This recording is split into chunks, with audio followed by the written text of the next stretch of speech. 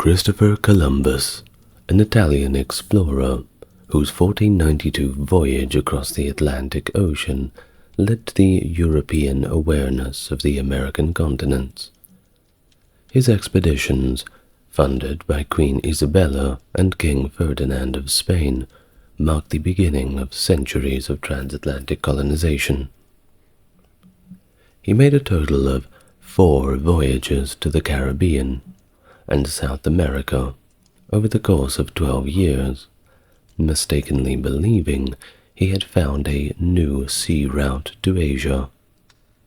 And while he was not the first European to reach the Americas, Columbus's journeys were pivotal in opening up the New World to European exploration, trade, and eventual colonization, shaping the course of world history profoundly, and beginning the transatlantic slave trade. Hello and welcome to the channel. If it's your first time here, well, welcome. And if you are coming back, it's good to see you again. As always, if you want to support the channel, best thing you can do is like and subscribe. Those who want to go above and beyond will find the means to do so in the description of this video. Well, without further ado, let's all get nice and comfortable, relax, and we may begin.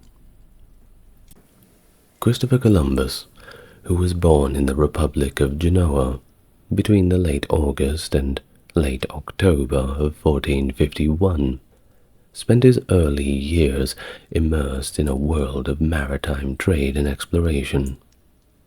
His father, Domenico Colombo, was a wool weaver and also managed a cheese stand where young Christopher often helped.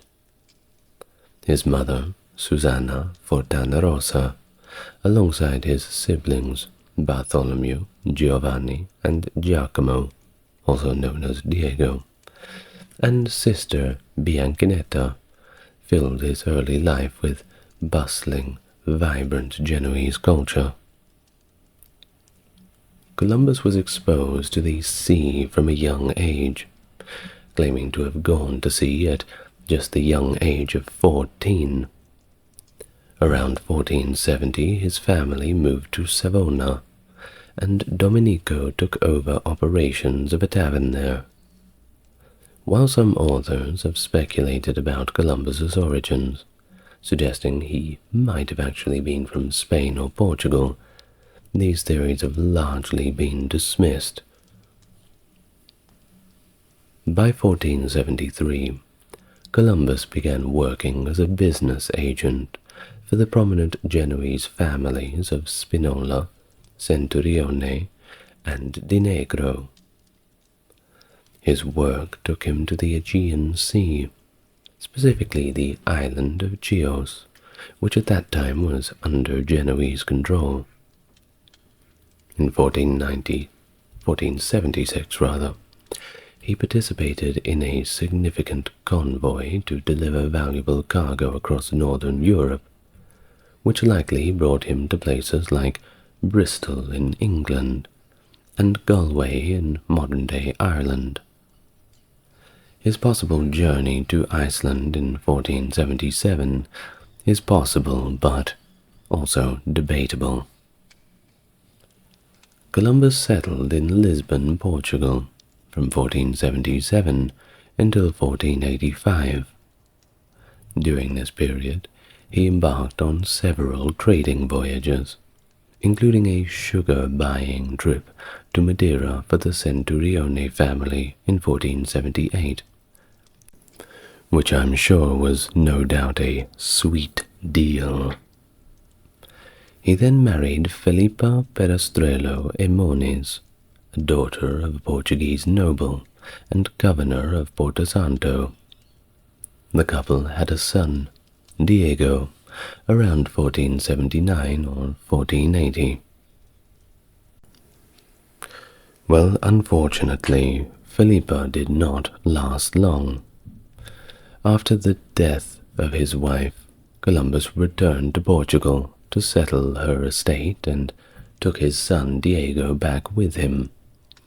At the time when she had died, he was away on voyages to the coasts of West Africa, notably the Portuguese trading post of Elmina in present-day Ghana. Well, by 1485, he had left Portugal again for Castile, where he later became involved with Beatriz Enriquez de Arana, an orphaned 20-year-old. Beatriz and Columbus also had a son, Fernando, in 1488. Columbus was a man of diverse interests and quite a bit of self-taught knowledge. In fact, he studied Latin, Portuguese, and Castilian, and was well read in astronomy, geography, and history. His readings included works by Ptolemy, Marco Polo, and Pope Pius II, among others. And despite not being a scholarly man, at least by formal standards, Columbus's annotations and ideas about the world were profoundly influenced by his readings and experiences, and there were plenty of them. Under the dominance of the Mongol Empire, and the stability it brought through the Pax Mongolica, means the Mongolian peace, by the way, think of Pax Romana, Roman peace, Europeans enjoyed a secure overland path via the Silk Road, accessing India, China, and as far away as Southeast Asia, which was of course rich in valuable commodities. However, and if you've been paying attention to the dates, you would know that things were about to change in that regard. The fall of Constantinople to the Ottoman Empire in 1453 disrupted this route for Christian traders, compelling them to seek alternative paths to Asia. And if you can't go through it, you have to go around it. The Florentine astronomer Paolo dal Pozzo Toscanelli in 1474 proposed a bold plan to King Alfonso of Portugal, reaching the Maluku, or the Spice Islands, China, Japan, and India by sailing west across the Atlantic, rather than the longer route around Africa. However, Alfonso dismissed this idea. Columbus did not. He was inspired by Toscanelli's theories and believed a western sea route to Asia was indeed feasible. He contacted Toscanelli in 1481, who encouraged him by sharing a map suggesting this shorter route. Columbus's plan gained complexity when Bartholomew Diaz rounded the Cape of Good Hope in 1488, demonstrating the southern route to Asia. Columbus, a Christian millennialist and apocalypticist according to some historians, sought gold and the conversion of all other races to Christianity as part of his broader religious and exploratory ambitions.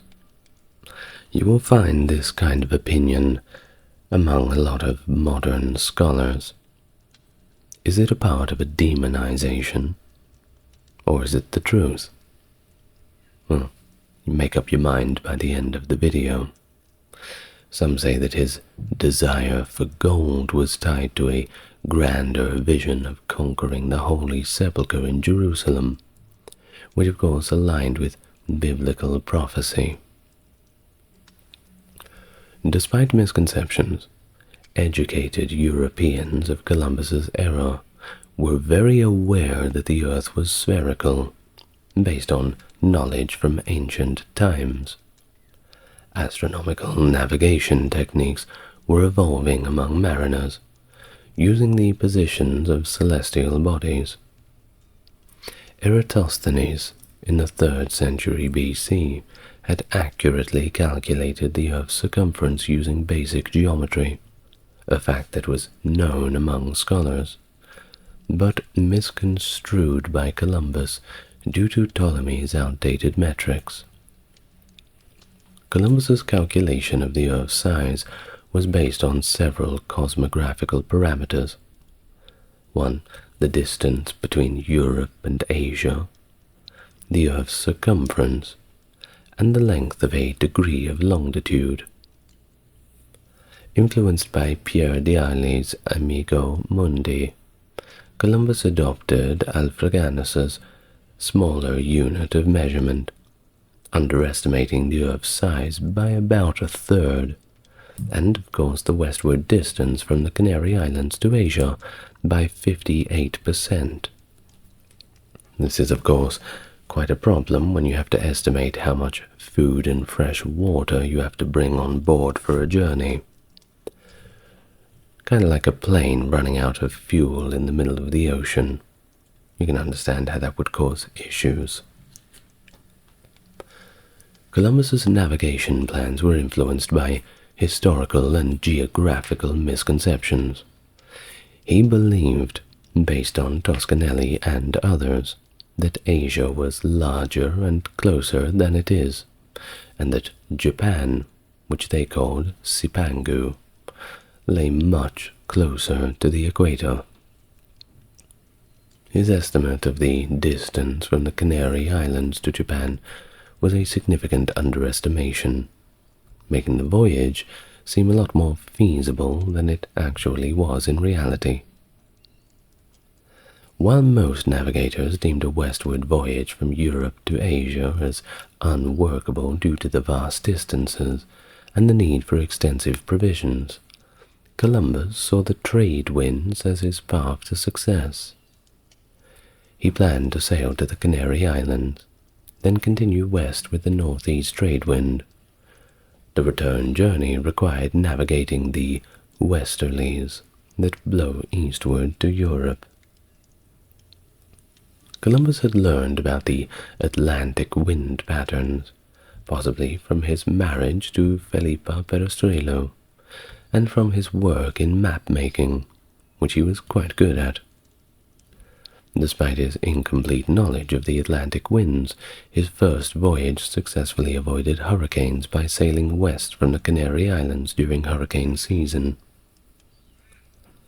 His ambitious plan, flawed by the miscalculations of distance and his underestimation of the Earth's circumference, was nevertheless a pivotal moment in history. His eventual voyage in 1492, backed by the Spanish crown after Portugal's rejection, changed the course of world exploration and opened up a new era of global interaction. By 1484, Columbus approached King John II of Portugal with his plan for a westward voyage to Asia, a proposal that was widely scrutinized by the king's experts, who accurately determined that Columbus had grossly underestimated the distance to Asia, believing it to be about a quarter of the actual distance. Despite this, Columbus tried again in 1488, but his timing was unfortunate, as Bartholomew Diaz's recent success in navigating the southern tip of Africa near the Cape of Good Hope suggested a more viable eastern route to Asia. Well, Columbus was undeterred. He sought support from Ferdinand II of Aragon and Isabella I of Castile, the Catholic monarchs of the newly united Spain. On May 1st, 1486, Columbus presented his plans to Queen Isabella, who passed them to a committee of experts. Like their Portuguese counterparts, these scholars concluded that Columbus's estimations were significantly off, and deemed the plan to be quite impractical. However, recognizing potential future benefits, and to keep Columbus from taking his ideas to other European courts, the monarchs decided that it would be best to grant him a modest annual allowance.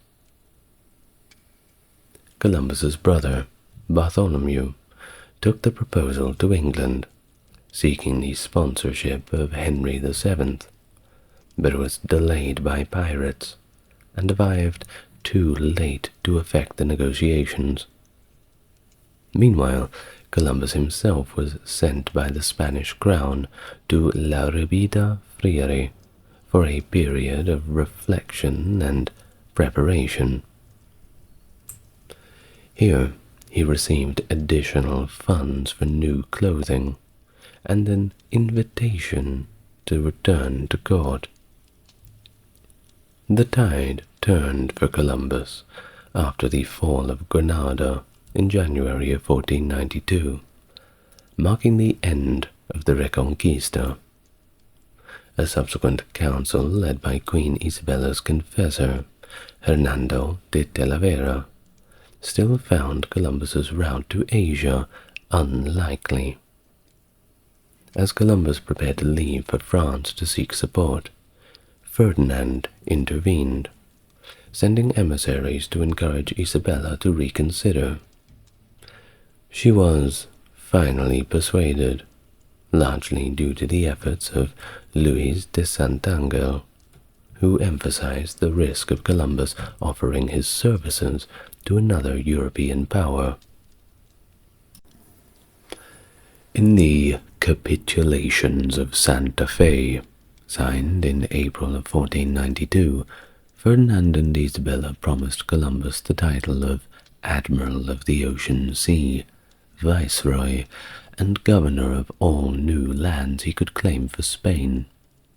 He was granted a significant share of any wealth generated, and the authority to nominate candidates for governance in these new territories.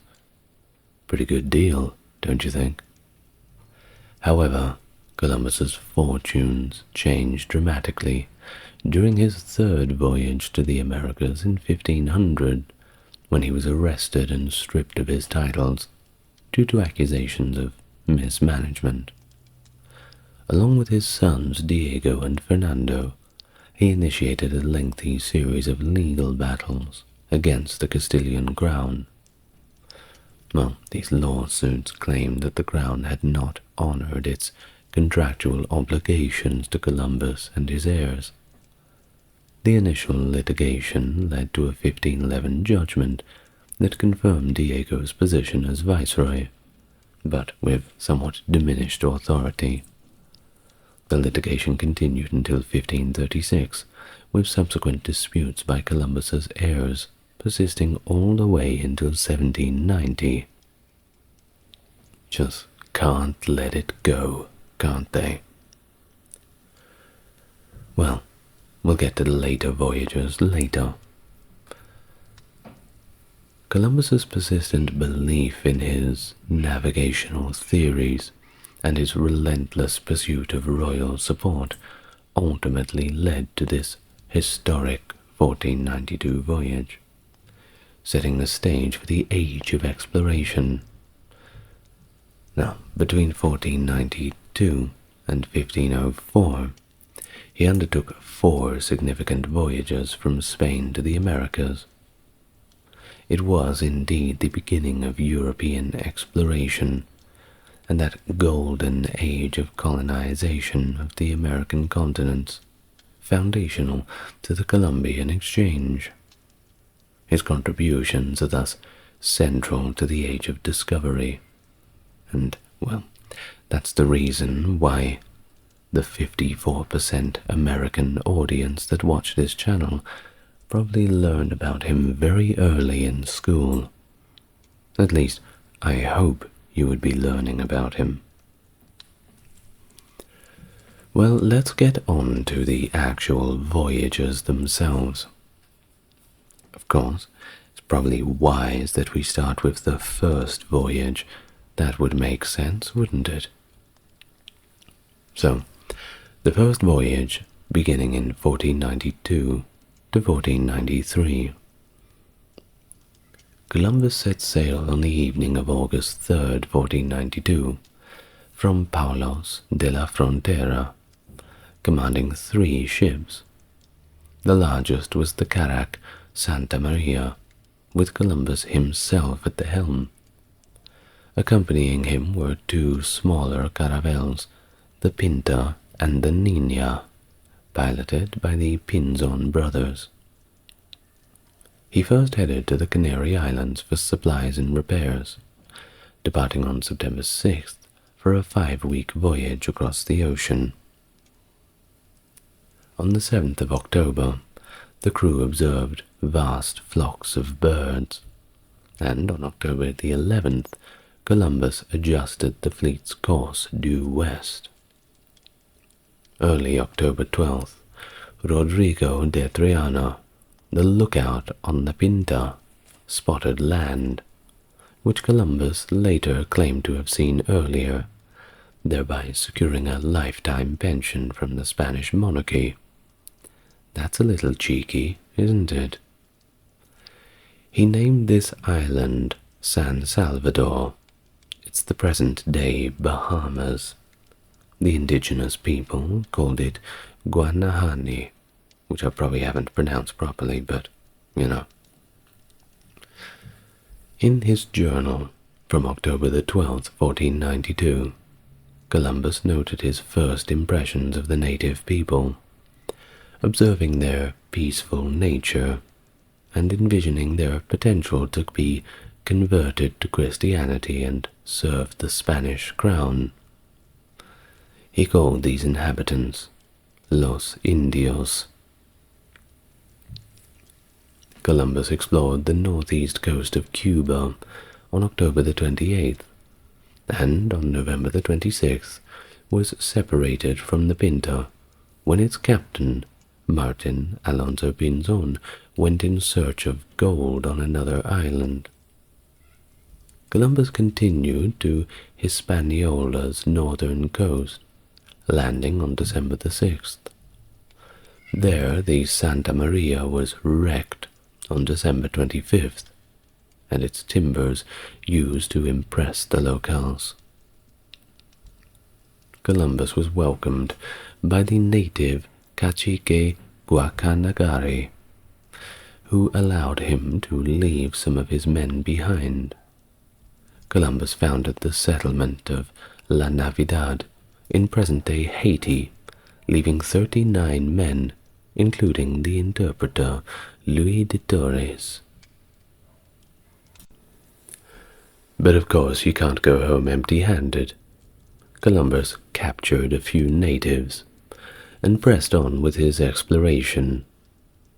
He reunited with Pinzon and the Pinta on January 6, 1493.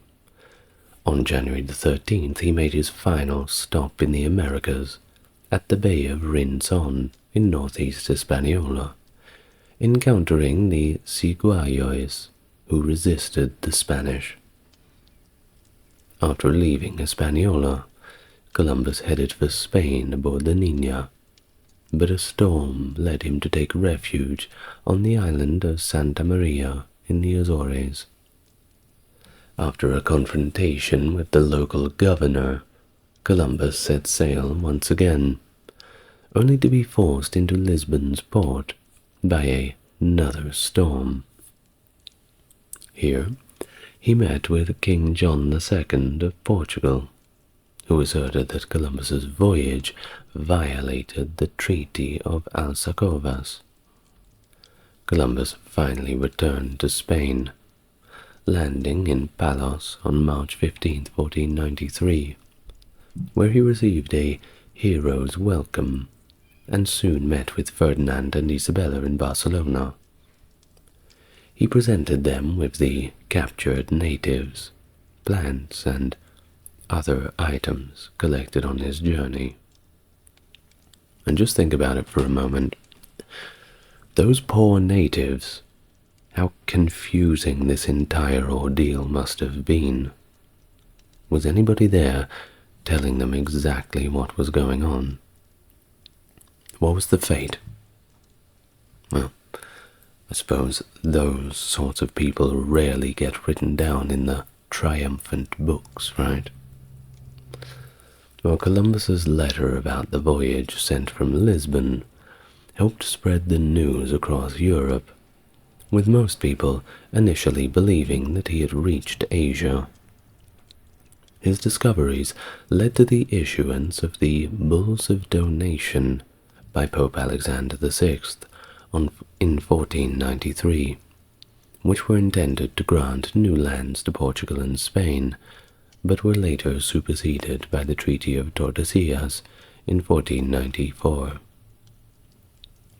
The widespread impact of this first voyage and his persistence in claiming he had found a route to Asia significantly influenced European exploration and the eventual recognition of the Americas as separate continents. On September the 24th, 1493, he embarked on his second voyage to the Americas from Cadiz, commanding a fleet of now 17 ships. Remember, the first voyage he only had 3. But this time, his mission was to establish permanent colonies, and he was accompanied by nearly 1,500 men. This diverse group included sailors, soldiers, priests, carpenters, stonemasons, metal workers, and of course farmers. Notable members of this expedition included Alvarez Chanca, a physician who documented the voyage, Juan Ponce de Leon, who would later become the first governor of Puerto Rico and explore Florida, the father of Bartholomew de las Casas, Juan de la Cosa, a cartographer credited with creating the first world map to include the New World, and Columbus's younger brother, of course, Diego. The fleet made a stop at the Canary Islands to replenish supplies, and set sail again on October the 7th, taking a more southerly course than the first voyage. On November the 3rd, they reached the Windward Islands. The first island that Columbus sighted was named Dominica, but due to lack of a suitable harbor, the fleet anchored off a nearby smaller island that he named Maria Galante, now part of the Guadalupe and called Marie Galante. Other islands Columbus named Montserrat, Antigua, St. Martin, and the Virgin Islands, among others. On November the 17th, Columbus sighted Puerto Rico's eastern coast, known to the native Taino as Buriquén. He sailed along the island's southern coast before making landfall on its northwestern coast at the Bay of Añasco on November the 19th. Columbus named the island San Juan Bautista, in honor of John the Baptist, and stayed there from November 20th to the 21st to resupply his ships. Continuing to Hispaniola, Columbus arrived at the La Navidad in present-day Haiti on November the 22nd. There he discovered that the fort left from his previous voyage was destroyed by the Tainos after the Spaniards had antagonized them with their relentless search for gold. The pursuit of women did not help either. Tends to disenfranchise the local men a little bit. He then founded a new settlement, La Isabella, obviously named after the Queen, which is in what is now the Dominican Republic. But this settlement was poorly located and quite short-lived. From April to August of 1494, he explored Cuba and Jamaica, then returned to Hispaniola. By the end of 1494, disease and famine had decimated 2/3 of the Spanish settlers. Columbus implemented the system encomienda, which coerced labor from the indigenous people and led to widespread abuse. Thus Columbus punished even the most minor of crimes among the colonists with execution or dismemberment. The native people were enslaved, beaten, abused, and tortured in the pursuit of gold. Many chose to take their own lives over the subjugation. Well, that took a dark turn, didn't it? Well, we'll talk a little more about that later, but let's continue on in a more biographical sense. In February of 1495, Columbus organized a massive slave raid, rounding up about 1,500 Arawaks, including some that had previously rebelled. Approximately 500 of the strongest were sent to Spain to be slaves. Around 200 of these died en route. Despite these atrocities, the need for more supplies and provisions continued on. It was never enough. In June of 1495, the Spanish crown sent additional ships and supplies to Hispaniola. Florentine merchant Giannato Berardi, responsible for provisioning Columbus's fleet and supplying the colony, succeeded in sending almost 40,000 maravedis worth of enslaved Indians to Columbus, before dying suddenly in December of 1495. On the 10th of March 1496, after being away for about 30 months, Columbus departed from La Isabella. The fleet sighted land between Lisbon and Cape St. Vincent on June the 8th and disembarked in Cadiz on June the 11th. Despite the hardships and moral controversies of this voyage, it marked a significant step in the European exploration of the New World, setting the stage for further expeditions and the eventual widespread colonization of the Americas by Europeans. On May 30th, 1498, after a 2-year break, Columbus embarked on his third voyage from Sanlúcar in Spain, this time with a fleet of about 6 ships. After a stop at Madeira and the Canary Islands, the fleet split up.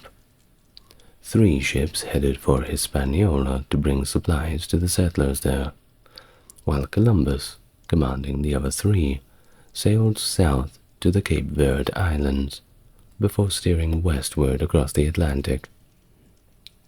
This voyage aimed to explore rumors of a large continent south of the Caribbean, which of course today is known as South America.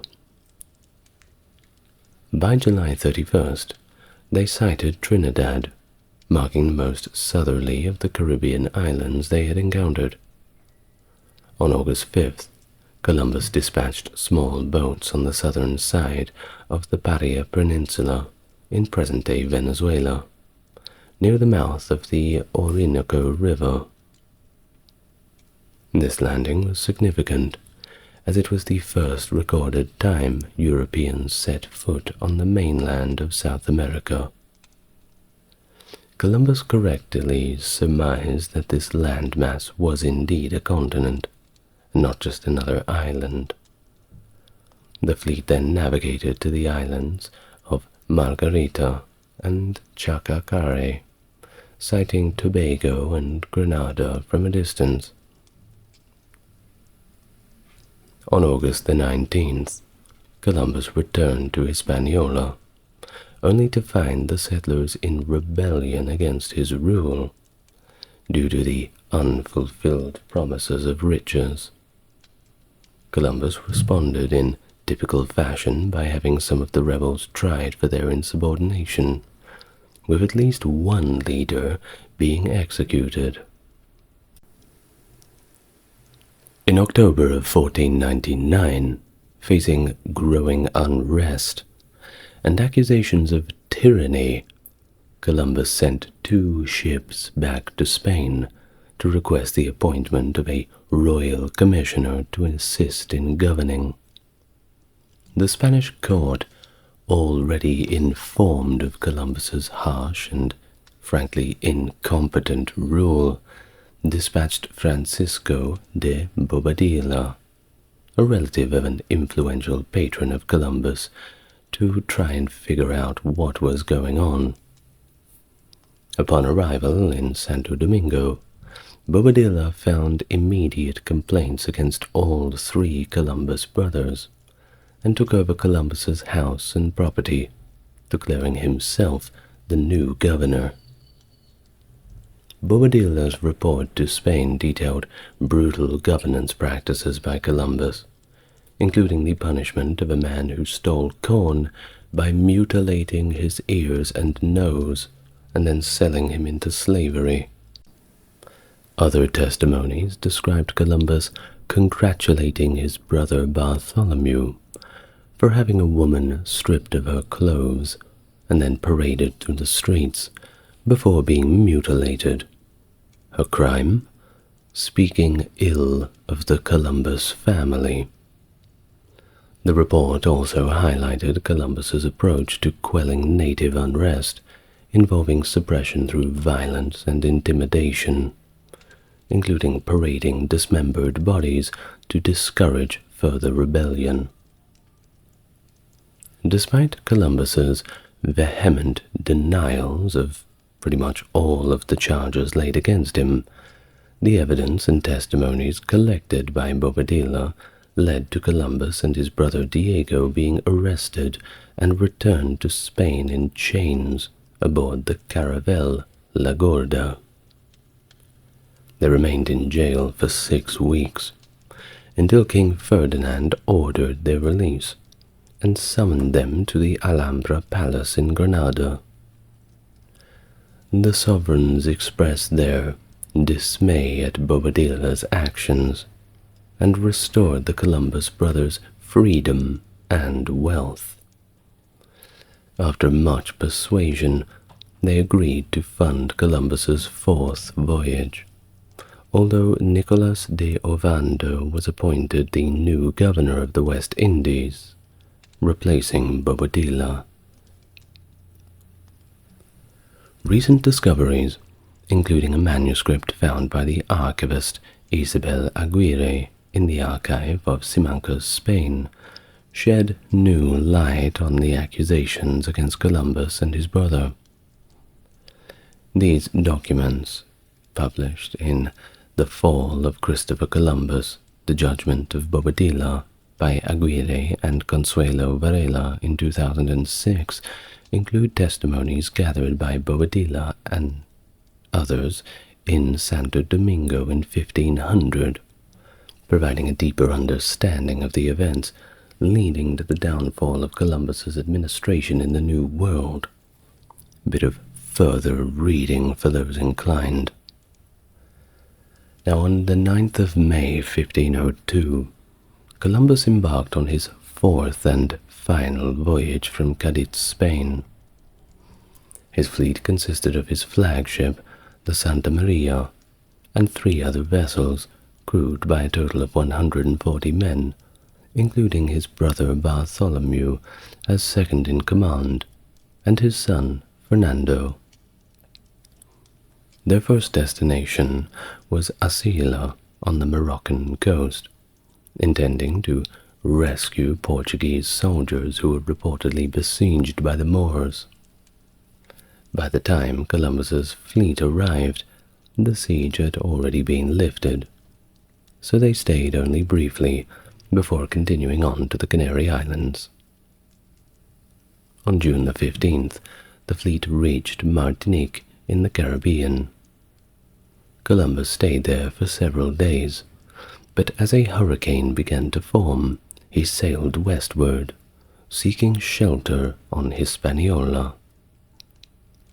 He reached Santo Domingo on the 29th of June, but was denied port by the new governor, Francisco de Bobadilla.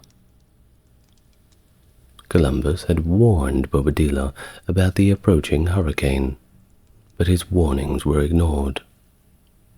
When Columbus's ships sheltered at the mouth of the Rio Jana, the first Spanish treasure fleet sailed directly into the hurricane. Columbus's fleet survived with only minor damage, while Bobadilla's fleet lost 20 of its 30 ships, with 500 lives lost, including Bobadilla himself. Only a few ships made it back to Santo Domingo, and only the Aguja, carrying Columbus's belongings and his share of the gold from Hispaniola, managed to return to Spain. How convenient. Columbus then made a brief stop in Jamaica before sailing to Central America, arriving on the coast of Honduras on July 30th. Here his brother Bartholomew encountered native merchants and a large canoe. By August the 14th, Columbus landed on the continental mainland at Punta Caxinas, now Puerto Castilla in Honduras. And over the next 2 months, he explored the coasts of Honduras, Nicaragua, and Costa Rica, looking for a strait that would lead him through the western Caribbean to the Indian Ocean. Sailing south along the Nicaraguan coast, he discovered a channel that took him into the Almirante Bay in Panama on October the 5th. Upon anchoring in Almirante Bay, Columbus encountered the Ngabe people, who wore many gold ornaments.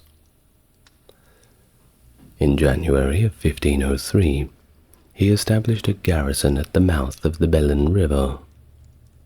On April the 16th, he departed for Hispaniola, and by May 10th, he finally sighted the Cayman Islands, which he named La Tortugas, due to the abundance of sea turtles. However, his ships were damaged in a storm off the coast of Cuba, and by June the 25th, 1503, they were beached in St. Anne Parish, Jamaica. Stranded for 6 months, Columbus and his 230 men were marooned. Diego Méndez de Segura, along with Bartholomew, Flisco, and 6 natives, paddled a canoe to Hispaniola to get help. However, the governor, Nicolas de Ovando y Cacares, who reportedly had a foaming-at-the-mouth hatred for Columbus, decided to delay their rescue. No big rush. Let them suffer for a little while longer. To maintain his cooperation of the local natives for food and support, Columbus used his knowledge of astronomy to predict a lunar eclipse on February the 29th, 1504. This demonstration of knowledge successfully gained their favor, or more like tricked them into believing he had some kind of godlike foresight. Well, despite Ovando's efforts to hinder them, Columbus and his crew were eventually rescued on June the 28th, 1504. They then returned to Sanlúcar, Spain, on November the 7th, marking the end of Columbus's final voyage. This voyage, fraught with challenges and opposition, further expanded European knowledge of the Americas, and underscored the complexities and difficulties of exploration during this era. His later years were marked by a growing sense of religious fervor and an unyielding pursuit of the honors and rewards he believed were due to him by the Spanish crown. Thus he spent much of his time writing and compiling works that would both document his achievements and frame them within a religious context that was, of course, deeply personal to him.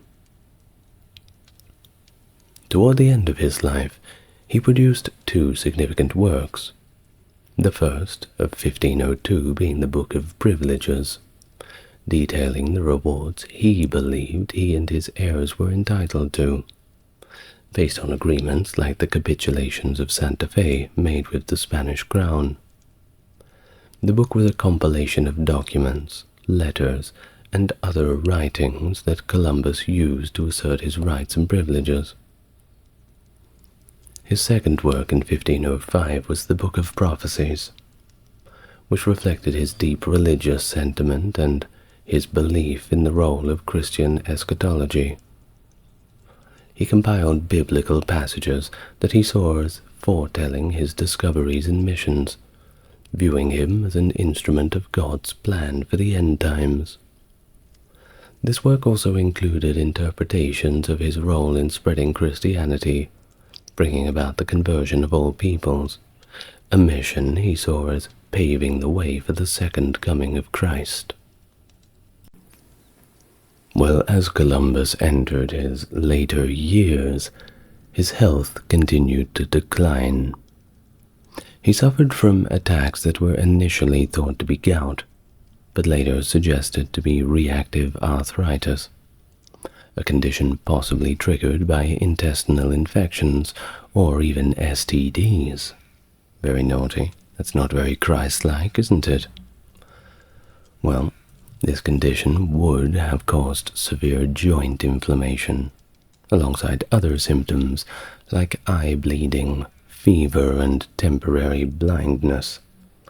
Certainly not a good way to go. And it didn't help that while he continued to get sicker and sicker, the legal battles with the Spanish crown kept coming.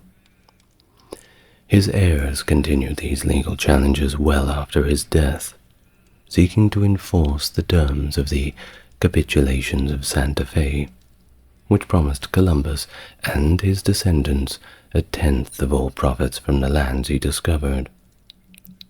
However, after being relieved of his governorship, the crown felt it was simply not bound by these promises, leading to protracted litigation. Columbus died on May 20th, 1506, in Valladolid, Spain, at the age of 54. His death marked the end of a life that had changed the course of world history. Voyages that led to the widespread awareness of the Americas and Europe, and set the stage for the widespread exploration and exploitation that followed. Despite the controversies surrounding his governance and the treatment of indigenous people, he's still a pivotal figure in the age of discovery. This legacy is complex. It's intertwined with both the opening of new horizons and the darker aspects of European expansion. So before we go, let's just talk a little bit about the controversy. Now, before we do, I'm not one of those people who's saying we need to start ripping statues down and burning books and all the rest of it.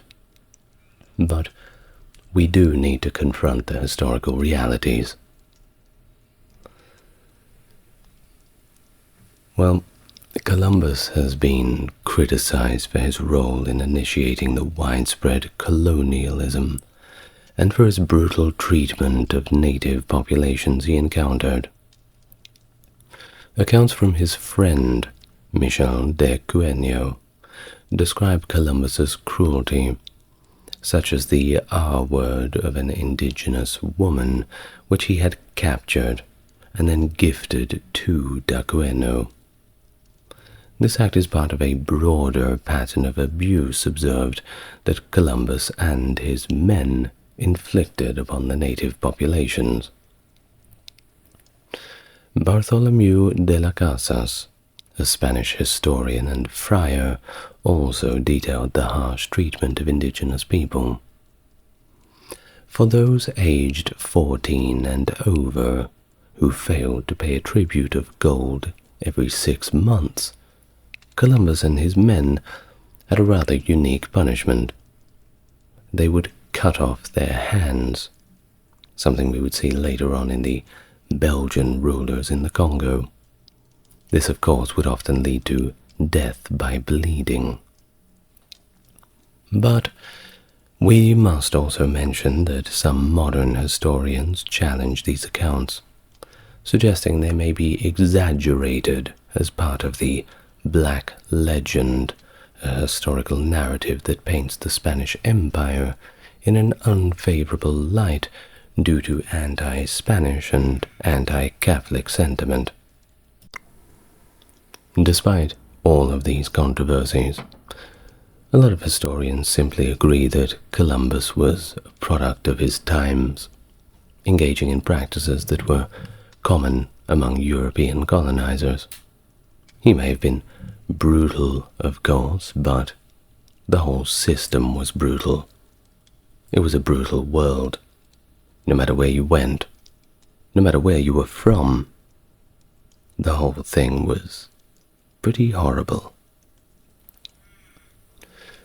Well, some historians have also referred to Columbus as the father of the slave trade, noting that he initiated the large-scale enslavement and shipment of Africans to the Caribbean. But I think that this label of the father of the slave trade is a little bit of a misnomer. In fact, the slave trade had been going since the dawn of time. It's kind of like saying the person who came up with factory farming was the father of animal cruelty. No. Maybe just one who had came up with a more time-efficient system. And, of course, we will be doing videos that extensively go into the African slave trades, whether that be the domestic African slave trade, the one that went to the Middle East, or the transatlantic slave trade, all equally as horrible, so we will get to them. Now, depopulation of indigenous populations was, of course, an issue. The arrival of Columbus and subsequent European colonizers led to a catastrophic decline in the native populations of the Americas. Diseases brought by Europeans, such as smallpox, combined with occasional warfare and harsh enslavement and treatment, continued to contribute to this depopulation. Now, the pre-Columbian population of Hispaniola was estimated to be between 250,000 and 2 million, which is quite a gap in estimations.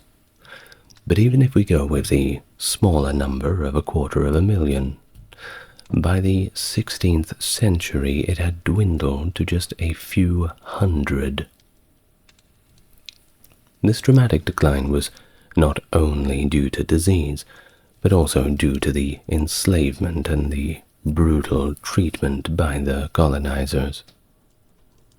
It's been emphasized that the policies initiated by Columbus led to widespread dyings and a significant reduction in the indigenous population pretty much everywhere they stood foot.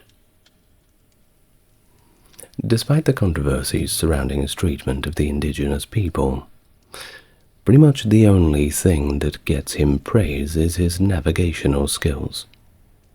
Credit where it's due, I suppose. He expertly utilized the trade winds to make his voyage across the Atlantic possible.